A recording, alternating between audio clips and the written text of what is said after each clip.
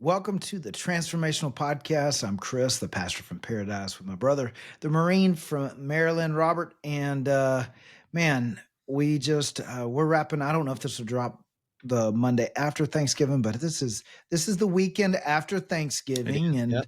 just had a good Thanksgiving with mom and dad over at Cooper. We built a fence. Did you really?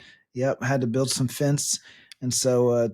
Did y'all Tim build and fence around that? that pond, yeah. Yeah, and you're Yeah, the building new it pond. because the cows were trying to chew on the wires. Is that what that Well, was? that already happened, but Okay. it's part of the requirements for NRCS, and so we had to get that done before the end of the year. So we knocked Okay. it out, little Sweet, dude. 5-strand wire and or 5-strand barbed wire. barbed wire fence. Is that the requirement? No, that's Oh, I was just gonna say that 4-strand is trying to normal. make sure all the cows stay. Okay. out. But anyway, we got it done, Cool. and yeah, it was good, man. Got to spend some time out there. We went over to the 5-acre lake, just me and Barrett, because he'd been wanting to go. And so we went over, and we can't get on the dock anymore. We need to replace that dock. We need to actually tear that one down and start over. But anyway, that's a project that is not on the top of the list. But there's plenty of room around the bank for fishing. And, dude, we hammered them. Did you really? Oh, yeah. My first cast, ripping lips. pulled in a little 3-pounder. I mean, now, no like lunker 8s or 9s or anything, but I'm talking fun 2s and 3s, right? So awesome. Pulled those in. Those are fun. And, yeah, fun time. And then I got to see Was it Lou. cold there when you were there? Yeah, it was chilly, especially in the mornings. Surprised. I got a pig while I was there. We saw a pig on the deer feeder one night. Nice. And so I just decided I'd walk down there and just see if I saw any more. I wish I had someone with me because I don't have a light on my weapon. Okay, so I was trying to hold my and man, that made it difficult. But it's tricky. I got them. It's tricky. Not the ones I wanted, but since I was down there by myself, I wasn't really interested in trying to wade in there and look for the bigger ones. That's true. Yeah. I was just, more or less going, all right, let's get this one and scare the rest for those off. who don't know, I mean, because there's a lot of folks who don't understand why you'd want to go shoot a pig randomly. Wreak havoc on the land. I mean, make it undrivable. And it literally makes it look like the surface of the moon. Oh, yeah. It is unbelievable. Or like maybe even like a war-torn, countryside in World War II. It's just, it's incredible what they do. I have never seen anything like it. Now we actually really need to go and disc the bottom part down there because they've created, such a havoc. And every time it rains, it holds water. So when the cows walk through, it just turns it into a giant mud pit. Anyway, we need to rectify that situation one day, but till then we got to get these pigs off the land, man. They can go back to the bottomlands and live down there. Well, hey, Chris, since it is after Thanksgiving, I have my Christmas up. I see that. It's finally to see that Robert might actually have, I even was the first to start playing Christmas music yesterday because, Santa comes in on the Macy's Day Parade. We watch that as a family. It's kind of what we do. A little bit of a tradition for us. Can I tell you what? Here's a hot sports take. Okay, give me. I remember when we were younger, we didn't have to watch all of the performances. I'll be honest, I'm not as interested in all the performances. I'd like to see the marching bands, and I'd like to see. Did you watch any of them this year? It was a throwback to our era, Chris. I mean, whoever set the parade up. Yeah. Whoever set the parade up was like, I know who watches the parade. That's right. Yeah. But it was like, you remember when they used to, if you didn't want to watch the actual performance, you could flip over to another station that had another angle of it. That's right. Yeah. Yeah. We didn't have that anymore. We don't have that option. So no, I didn't see it. I was kind of bummed about it because I don't really have live TV though as much. I have I think I got Hulu or something that I can watch like one channel. So, well, I think the reason for it is because there was so many of those that were like, specifically speaking, the Broadway plays that I'm like, I'm not coming to Broadway. Like, I get that y'all are trying to advertise for this show that you're doing, but no, I'm not coming. So, well, we did that, and then we went and saw Hillary's Family, and later on in the day, Krista worked. Cracker Barrel stays open on Thanksgiving, which is kind of funny to me because we were like, who goes to Cracker Barrel on Thanksgiving? And then Krista worked and she met several of our friends.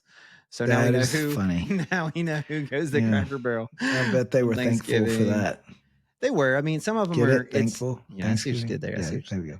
I mean, some of them they're letting, like maybe kids either are, families out, so it's like a smaller crowd at home, and so they're like, hey, let's just go do something easy, or in some cases it's like, oh, kids surprised us coming home and I'm not cooking, so we're going to Thanksgiving. So anyway, she did that. That's but we celebrated Thanksgiving kind of late on the actual day, and then we spent all day today. We spent all day yesterday cleaning the house, because if you're going to put all the Christmas out, you got to clean the house. We did that. And it did need it, Chris. It was a little bit of a spring cleaning in the fall. Then we spent all day getting Christmas up. It's just a kind of a family event. Everybody comes out for it, which is kind of fun. And we're at the age now where no one's crying if they don't get to put the one thing up, and people are like, oh, you wanted to put this one up, here you go. So there's no fighting over ornaments. We were joking about setting this tree up here behind me, Chris. You know how old this tree behind me is? Ancient is what you're telling me. Yeah. Ancient. Yeah. It's about 23 years old. It's about as old as we are married. It's amazing it didn't dry out already. Chris, that thing is, it's as fake as it gets. And we're talking 2002 fake. Wow. And what's funny, Chris, is it's been losing those little green leaves on the ground for 20-ish years. And I mean, we literally I think we sweep up buckets of it every year. And today we were laughing. We're like, but there still aren't any bare, limbs here. Like, where is it coming from? And we're like, well, maybe it grows it in the winter, or in storage. Yeah, in storage, regrows. Yeah. So that was my week, Chris. What did y'all have for your main? What is your main protein at Thanksgiving? What did you have? We did turkey, but you know what we learned? This is kind of interesting. So we did the what food do you not like at Thanksgiving, and then what's your favorite food at at Thanksgiving? We just kind of were doing table talk. We learned that we eat turkey. Everybody eats turkey, but would probably be happy without turkey. Throw a ham out. Hillary's like, throw a ham out and let's go buy 2 rotisserie chickens at the store. That's what I'm talking about. Eat that so Mom asked us if we wanted ham or turkey. Well, I said ham because I like smoked turkey, Robert. When I go to a barbecue joint, I'll get smoked turkey. I like that. Yeah. But I've just never been much of a turkey person in general. Yeah. What I really remember is the time that was it Christmas or was it Thanksgiving that you cooked that brisket back in Nacogdoches? Oh, yeah. That's what I'm talking about. I'm like, we're from Texas. We should have brisket at every celebration. I think that should be a new rule. In fact, I'm going to run for office here in Texas, and we're going to set a law saying it should be an offering. You shall have brisket at every holiday celebration. Anyway, I think that year, Chris, we had the brisket. I think Texas A&M actually beat the Longhorns. They did. Oh, yeah. Thanks. Hey, listen. Here's the deal, Rob. You know what? At least the Aggies still have a meaningful game left. They'll actually be in the playoffs, not the Cheez-It Bowl or Toilet Bowl or whatever Texas will end up in. Are they going to be in the playoffs? Hey, we're happy to help Texas season end with something meaningful. You wanted Arch Manning to get something, right? They have nothing meaningful left. So, oh my God. Which I'm grateful for. That's actually, I'm going to put that on my Thanksgiving list. I'm grateful. That's on your Thanksgiving? Yes. Okay. So funny. Hey, speaking of Thanksgiving, you had some, you've been working through the scriptures, and you said you were almost finished, but one of the ones that hit you this week was Psalms 130. I think you said 136. 136. Yeah. So, you want to jump into it now? Yeah. When it comes to Thanksgiving, a lot of people do the deal where it's like, what are you thankful for? Yeah. Oh, which, by the way, let me hit pause real quick, just in case. So, by the way, we had ham and turkey, and Lou made the turkey, and it was delicious. I had a piece. Good job, I ate Lou mostly ham. But my boys loved the turkey. I liked it too. It's just if I'm going to choose between turkey or ham, every time. I'm going ham. So I know. Anyway. And when you reheat ham, you're gonna do a little pan fry, a little pan fry and some butter. Honestly, you know I just eat it cold. Throw some egg on it. I just eat it cold. You can do that too. You can do that too. Yeah. But what you're saying sounds good too. But anyway, All right. So I was thinking when it comes to Thanksgiving, a lot of times people go, all right, what are you thankful for? What's one thing, Yeah. A lot of families do that. I think it's a good practice to not just do this on Thanksgiving, but that we regularly talk about, hey, what are we thankful for? And so it brings to mind Psalm 136 that talks about giving thanks for the Lord. And he walks through a lot of different reasons to give thanks to the Lord. And I want to read a few of those. Can I tell you what other things I love about this chapter while you're pulling that up, or at least thinking about which ones you're going to read? It's like a call and response. It says, give thanks to the Lord, or give thanks to God, give thanks. And then it says, his love endures forever. And every scripture, or I'm sorry, every verse here will say his love endures forever. And the one reason I love this Psalm the most is we're giving thanks to him because his love endures forever. And it is almost a call and response. It's a reminder that it's because his love endures forever, we can give thanks. Yeah. And so you can, I just love that part of the Psalms, because it's every verse. Yeah. His love endures for.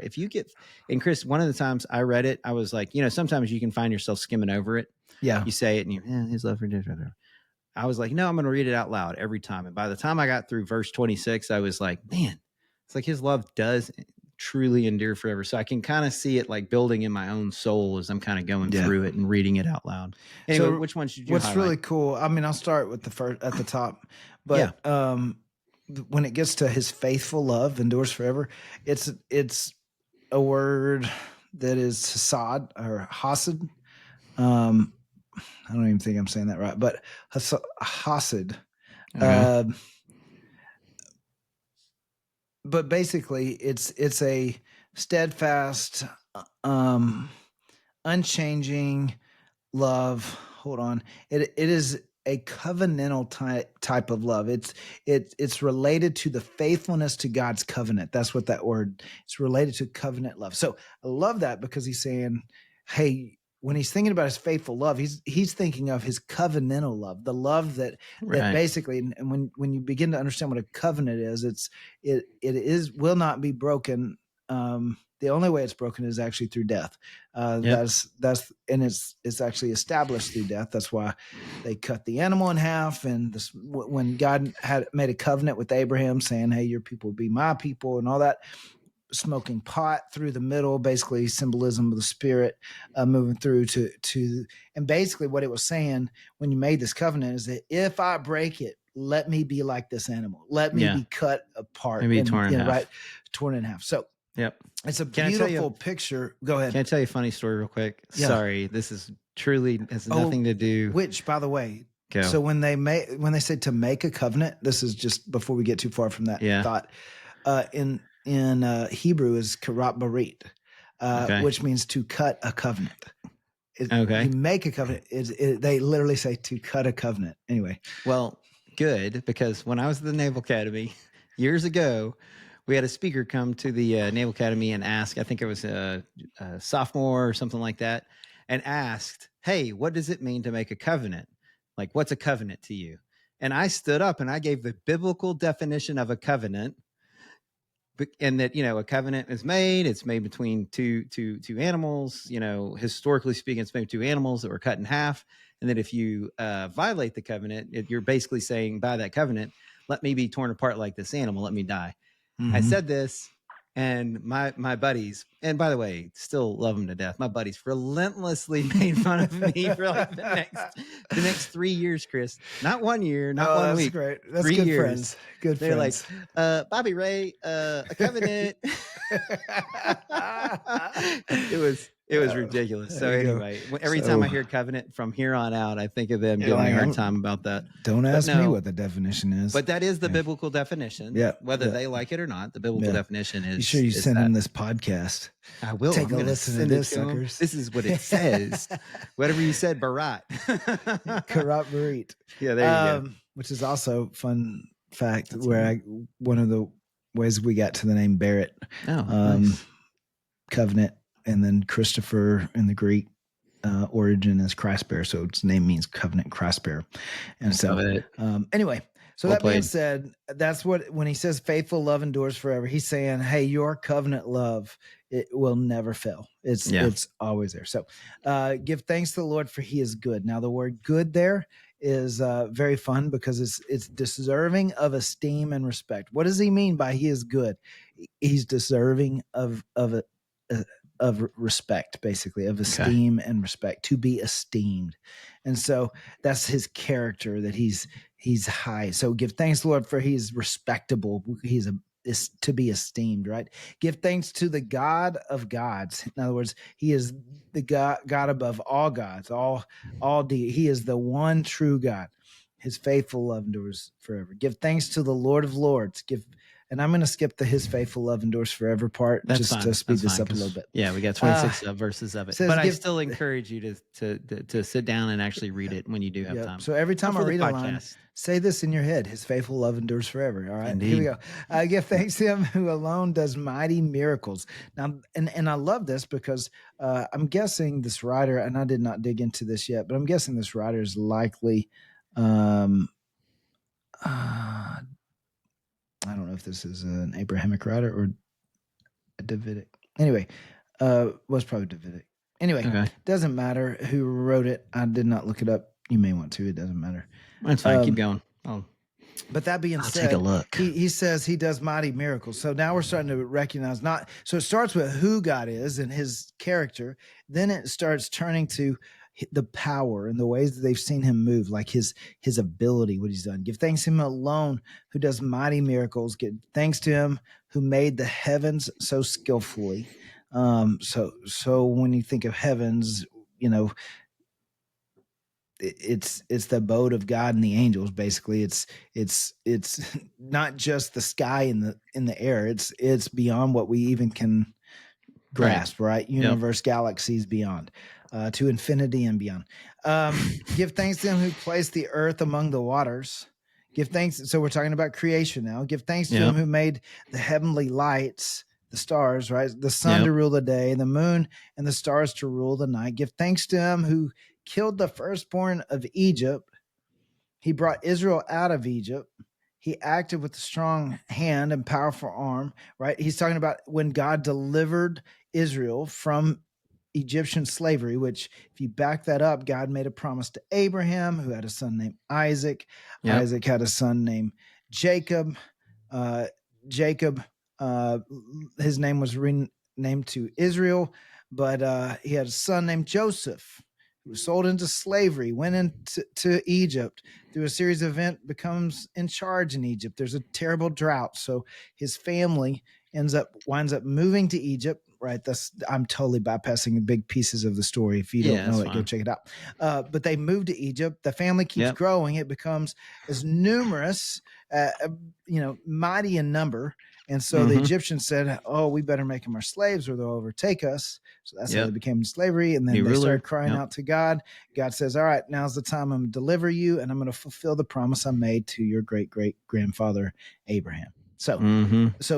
But Pharaoh wasn't going to let him go. So what does he do? He has a series of plagues, and the final plague was when he came through and killed the firstborn in Egypt in order to deliver his people out of Egypt. Now, here's what's so interesting, is it is foreshadowing what Jesus would do, that Jesus would come in and be the cover for sin, because the only way that the Israelites, their firstborn was not killed, is they put blood of a lamb over their doorposts, so that when the angel of death came, it passed over. Well, Jesus is the Passover lamb whose blood was shed, so that death would pass over us, right? To deliver us from the slavery to sin. Anyway, great picture. So I only say all that to say he's creating a picture of some physical stuff, but it should remind us of a spiritual situation that we were in when there was a spiritual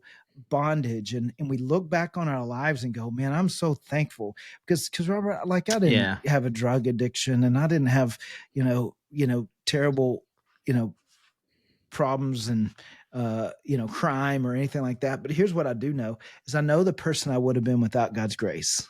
That's true. God delivered me from that.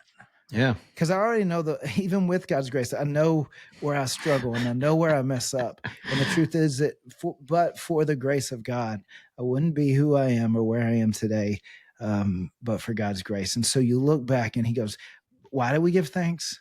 Because God is our great deliverer. Yeah, because God rescued us. Rescued us from who we would have been. And in this case, they would have been enslaved forever. Yeah. And so he goes on, give thanks to him who parted the Red Sea. He led Israel safely through, but he hurled Pharaoh and his army into the Red Sea. He defended them. He from the army of Pharaoh that was coming to attack and try to capture him again. Go ahead. What's interesting about this one, Chris, that I've thought about in the past is that when he did that act of having the Israelites come up to the Red Sea, not be able to get through, so that Pharaoh would, basically give chase, come up and go, oh, they're confused. Well, I'm going to get them to come back. And, I'm kind of mad now because we lost all our firstborns. And so we're really going to have it out on them. God set that up so that when the Israelites went through and then he swallowed up Pharaoh's army in the Red Sea, he ensured Israel's safety for at least a generation. Yeah. At least a generation, because there was nothing to reconstitute in Egypt. Egypt had no possibility, no potential whatsoever to go out and get them out of the wilderness of Sinai and bring them back. There was nothing left. He removed the threat. That's right. At least a generation. For at least a generation. So I thought that was really interesting when I read that. By the way, like, oh, that's interesting. Did you know that they found at the bottom of the Red Sea, like chariot wheels that are... I've looked into it. I feel like there's a little bit of conflicting report on that. I haven't seen anybody like with the actual stuff. So that's why I've always kind of held off on that. But it's not hard to know where they crossed, Chris, because there's only one place in the depth charts, the depth sounding charts. Oh yeah, that makes sense. Yeah, that makes sense, and it literally looks like a highway. So when he says, there's other verses that talk about he made a highway through the Red Sea. Yeah, and it actually looks just like a highway through the Red Sea. So it's pretty fascinating. To send you what I saw and see what your thoughts are. But okay, because I like to dig into the archaeology stuff. It's been fascinating me lately. We don't need it because it's actually there. Like, in other words, it's been recorded in extra biblical records. That's right. Right. That's what I'm saying. It's in the history books outside of the Bible. Anyway, just find it fascinating. Anyway. Yeah. So let's see. He give thanks to him who led his people through the wilderness. And then give thanks to him who struck down the mighty kings. He killed powerful kings, Sihon of the Amorites and King Og, king of Bashan. God gave the land of these kings as an inheritance, a special possession to his servant Israel, which was a fulfillment of his promise to Abraham that was hundreds of years prior to this. Their great-great-grandfather, basically. Yeah. Or maybe more than that. Actually, more than that now. But hundreds of years priar. I'm not gonna do math in public, Chris. You can't can't draw me into that one. I was trying to track it in my head. Anyway. Yeah. But I love that because now some are like, wait, he stole the... No, I don't. Here's the reality: is that God is the one who set borders in place and people, but those people rejected God, and that was part of the problem, the sin problem to begin with, and they started chasing after false gods. There's a spiritual kingdom that they were serving, and so these false gods are actually just, part of the kingdom of darkness, and so rejecting God and God's ways and setting up imitations of what they think God is like. And so he gave them opportunity to turn. I believe that's what Romans tells us. He got that the qualities of God is seen throughout creation. No one has an excuse. Right. Yep. And so, that being said, some of them actually went with the Israelites. Now, some of them were called the rabble who went with them, but there were others. I would feel like there were others who weren't rabble per se, as much as they were like, hey, I saw God move and I'm in. Yeah, I'm with the guy who just made that highway in the Red Sea. Then 23, I like this one. He remembered us in our weakness. That's my favorite. I was waiting for you to get to that one. Goodness, man. Right? Yeah. Like that hits home. It does, doesn't it? Why does it hit home for you? Well, because I think your weakness and where you need his help, and the times when you're like, oh man, stunk that yesterday up. I stunk that yesterday up because whatever your weakness is, like I let that get away from me. And now I'm like, today, I'm like, God, I need to do better today. And it's like, you don't ever have to worry about coming to him and him being like, hey, yeah, you're not good enough. You can, he's like, hey, I'm glad you're back. Yeah. Yeah. I know. Yeah. Let's Come take here. care of this. Come here. Yeah. Let's bring it in. Bring it in. Let's hug this out, but let's have a conversation about who I've called you to be, not who you were. And that's that remembered you in your lowest state, like who you were, not who you're called to be. Yeah. I love it too, just from the standpoint of he doesn't love you because of your performance. Yeah. He doesn't love, you don't have to earn it, right? He remembers us in our weakness, that when I'm weak, he is strong, right? Yeah. And so I love that passage because I think when we feel the most unlovable, his faithful love endures forever. When we feel most unlovable, his faithful love endures forever. I love that thought. I do too. And then he goes on and says he saved us from our enemies, which once again, our enemy's not flesh and blood. There's a spiritual enemy, and he rescues us from that. Sometimes they use physical enemies to inflict damage, but the reality is our battle's not with flesh and blood. That God is the ruler that we live under. He has all authority, and he saved us from our spiritual enemies. And then I love this: he gives food to every living thing. Like, why worry about tomorrow? For tomorrow will take care of itself. Like, this is so great because I think it goes along with what Jesus is teaching about. Hey, don't worry about anything. You see the birds? I take care of the birds. You look at the flowers. I clothe the flowers. Look, don't worry about anything. Aren't you more important than that? Yeah. Don't you think I'm going to take care of you? I created you in my image. Yeah. Right? And I love it because it's just reminding he is our provider. Yeah.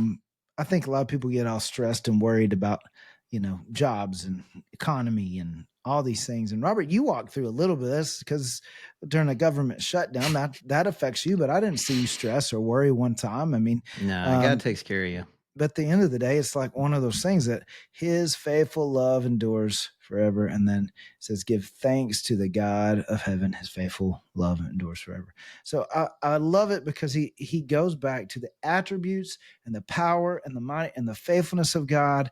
And just reminds us, hey, you have plenty to be thankful for. Yeah. And it's in recognizing who he is, that heart of gratitude should inform our attitude, right? It should change the way we think and change the way we live. Yeah, I think that's why, you said gratitude should inform our attitude or should change our attitude, whatever. It should shape our attitude. Yeah. I think that's why during the Thanksgiving, time frame, it is a good practice, not just during this time, but for me, I kind of do it around Thanksgiving, but I'll be honest, Chris, most of the time I do it at the end of the year is I kind of take an end of the year in review kind of thing.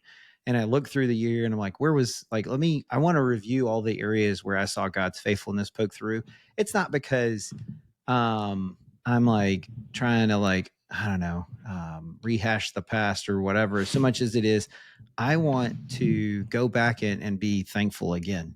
And that's really what the psalmist is doing here. I did look it up, Chris. They don't really know who exactly, sort of maybe attributed to David. Doesn't really matter.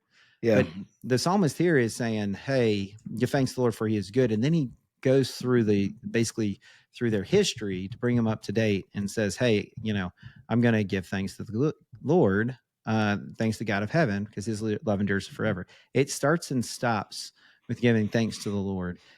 And I think that's why it is important to stop, look through the year, say, hey, this is what I'm thankful for. This is what I'm not thankful for, etc. I was reading something the other day and it wasn't even, honestly, Chris, it wasn't even spiritual. It was just some, I don't know, psychological writing or whatever it was. And it was talking about how when we're thankful, and it was written around around Thanksgiving, it was like when we're thankful, it rewires our brain, or it causes our brain to rewire itself into this, into an outward, because to be thankful, you have to be thankful to something, right? So it takes us from inward to outward. It takes us from from depressed to grateful. Right. It takes us from basically from darkness to light. And I'm sitting here going, yeah, well, I'm pretty sure that's the way Jesus designed it. I'm pretty sure that's the way God designed us. And that's why he brings us back to it so often. And that's why I take myself to it so often. And so even in times when, things are maybe not necessarily how I would like them to be. Yeah. I'll sit and go, but Lord, you know what? I am grateful that they're not how as bad as they could be. Right. But also I'm grateful that you walk with me through it. Mm-hmm. And so yeah, I like this. I like this chapter because of this. I think you were saying though you were looking at something else. Let me jump ahead. real quick to Philippians 4:6 that says, "Don't worry about anything. Instead, pray about everything, but tell God what you need and thank Him for all He's done." I heard someone say, "It is difficult to worry and be grateful at the same time." Yeah. Like that your gratitude will reshape your attitude regardless of what you're going through. And I love that idea. But here's the other thing I thought about, like along those lines. I'm reading through Job on a regular basis right now as I'm finishing out. I'm actually one reading away from being done with reading through the Bible. Nice. In a year. For the 14th time, Robert. Like, I'm pumped. Anyway, which I only tell you that because like I want to see how many times I can do it before. Yeah, there's nothing wrong with saying I go see Jesus. I haven't. Hopefully it encourages people, because for me it's one of those deals of how well could God help me know the word? Yeah. If 25 times, 30 times, like how and well I want to let people in on something about you, Chris. Is that okay? I'm going to tell them a secret. I don't know. Something that that everybody doesn't know. When Chris was coming up through like high school and stuff like that, Chris didn't read so well. No, I didn't. I was terrible. He hated reading. And I don't know if it was because you didn't read well or whatever. You want to know the story? You hated reading. The story is I had a teacher who made me feel like I was dumb during silent sustained reading, and I convinced myself I had a reading disability that mom and dad wouldn't tell me about. And it wasn't until my freshman year of honors English, and I was doing terrible, and they're like, "What is going on?" I was like, "Well, I've got a reading disability, and y'all won't tell me." And they're like, "What? What are you talking about?" So anyway, went into it, and anyway, they got me help. But it's interesting because I think that experience honestly just ruined me for reading. Like I didn't want anything to do with it because I thought I was bad at it. Why would I do it? Here's the point I was making. I know where you're going with it. Go ahead. Like if Chris can read the Bible 14 times, and he said he fit a 1-year reading plan into 2 years, 2.5 years. So he managed to get it to 2.5 years. Like if he can do that, like anybody can. And I have my Bible. I'm a little bit ahead, so I'll probably hit it again. I don't necessarily keep up with how many times I've read it, Chris.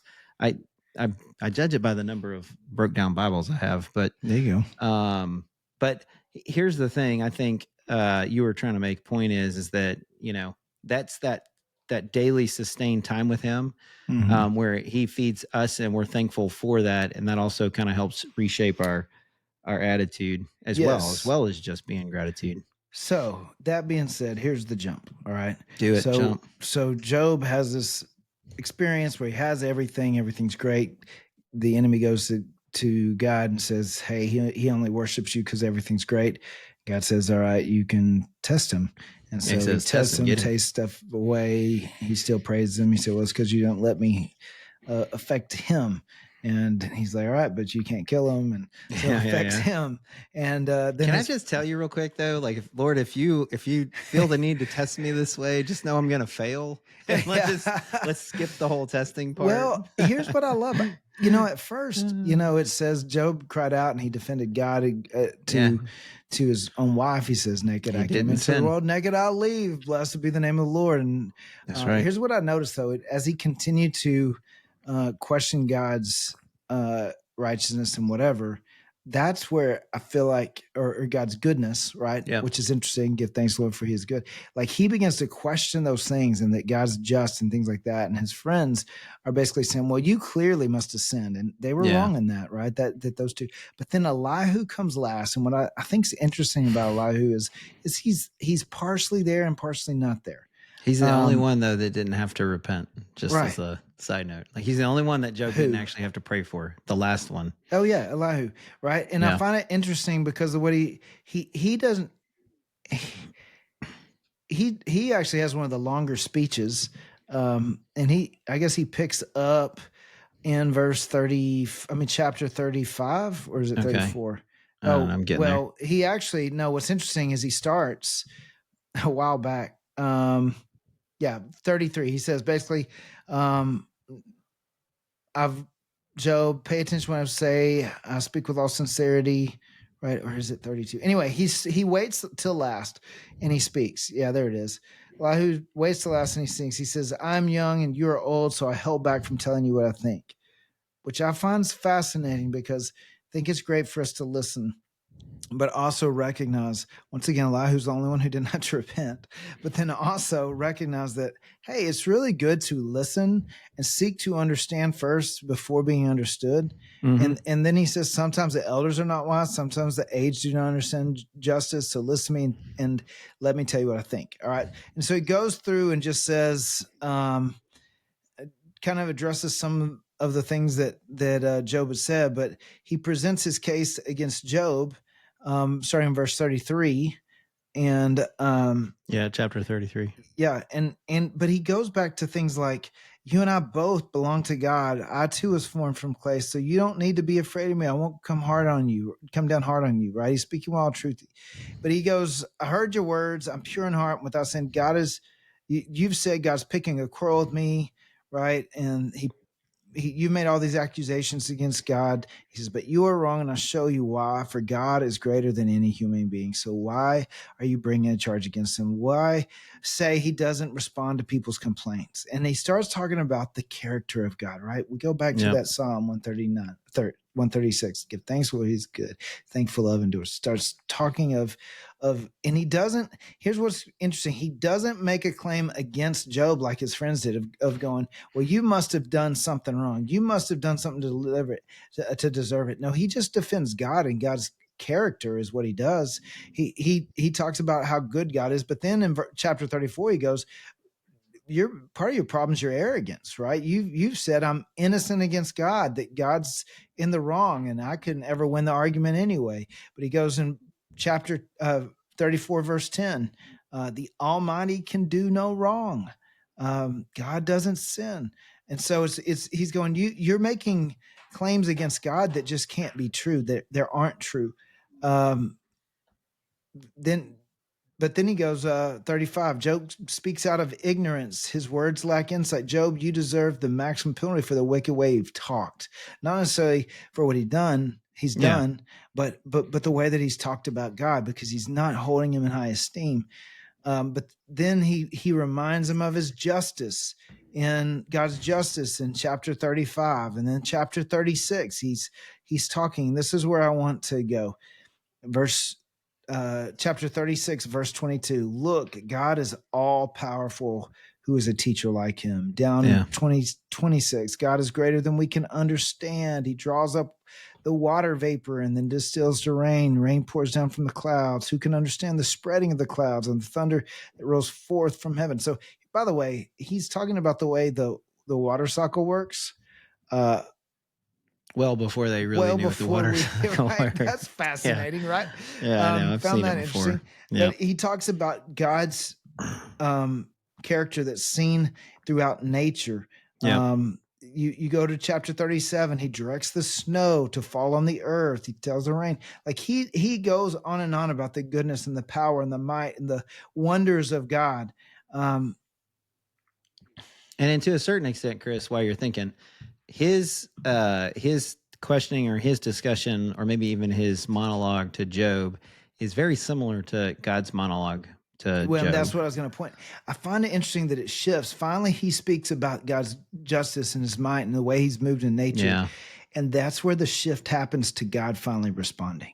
Yeah. Yeah. Right. It sets the table for what God's about to say. That's right. And then God goes, hey, Job, where were you when I laid the foundations, chapter 38, of the earth? Right? Tell me, if you know so much, who determines dimensions, stretched out the surveying line? I wonder if it wasn't Elihu that God was actually using to set the table for the message that God had for Job. Yeah, could be. You know what I'm saying? Because it's along the same lines. Now, he goes through all the mighty things that he's done, and the rain, dew, ice, all the different things. Can you direct the stars? Can you the animals that we're creating, the hyraxes, the lioness that stalk the prey, right? He talks about just God's greatness and the way he designed nature. Now, I go back to this. I wonder if Job, in the midst of his pain and in the midst of his struggle, had turned his eyes to God's goodness that he'd seen before, right? In his weakness. Then in his weakness, he goes, hey, even my weakness, God, I recognize that your faithful love endures forever. Yeah. You're a good God. You've provided me in the past. You've taken care of me. I don't understand it, and I don't even like it. But I do trust and I do believe that your faithful love endures forever. Right? Yeah. I wonder if the book of Job would have been shorter. but that being said, I think it's a good example for us to go, man, hey, times are going to be tough, but an attitude of gratitude will change the way we see life and the way we experience life. And absolutely. So being intentional with those, give thanks to God. What reasons do you have today to give thanks to God? Yeah. How about the job where you get to work, the place you get to go to? What about, the people that you get to work for? Well, I'm not grateful for them. Well, maybe, but can you take a step back and go, hey, what's one reason you could be grateful for them? That's right. Or could it be that God's given you an opportunity to God, thank you for this opportunity to make an impact in their life. I know that they don't know you. God, thank you that you've given me this opportunity. Right. God, thank you that you've given me a place to work that allows me to come home and provide for my family.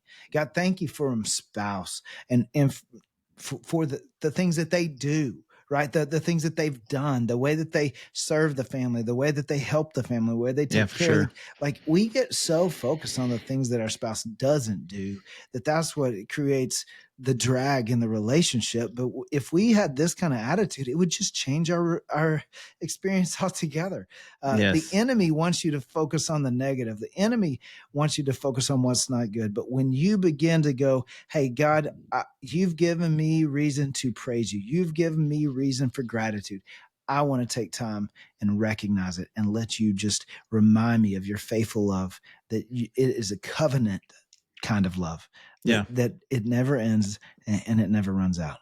Yeah. I mean, Job finishes his discussion with the Lord and he says, I know that you can do all things. No purpose of yours can be thwarted. You asked, who is this who obscures my plans without knowledge? And Job says, surely I spoke of things I did not understand, things too wonderful for me to know.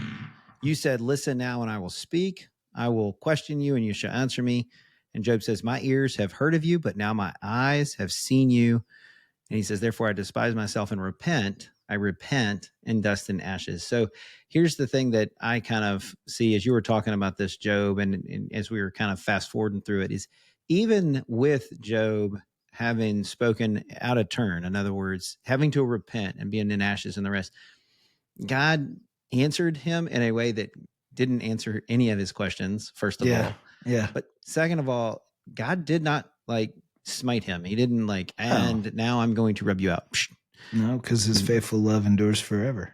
That is right. And that's the point. Yeah. That's the point. Even with what Job went through, his faithful love endures forever. Because as you mentioned at that very first verse, is it says that he is deserving for esteem and respect. He is good. That is that first part of Psalms 136, that he deserves esteem and respect because he is good. His faithful love endures forever. So we hope that as you're closing out your Thanksgiving and you're jumping right into Christmas, and I'm sure that it's fast and furious because, Chris, if you're like me, you maybe have not even made any list yet, or maybe you haven't even started buying. That's probably not your household. I realize you have Julie, so you're well ahead of that. Well, we've got as you're jumping in, as you're jumping into the fast-paced part of the end of the year, take some time to turn back to the Lord and be thankful for He is good. He deserves esteem and respect because His love does endure forever. It is the covenantal love. Bring us home there, Chris. You already hit us once with gratitude and attitude. I'm just curious. I mean, it just comes down to that when you have a heart of gratitude, it would absolutely shape your attitude and change your experience. Amen.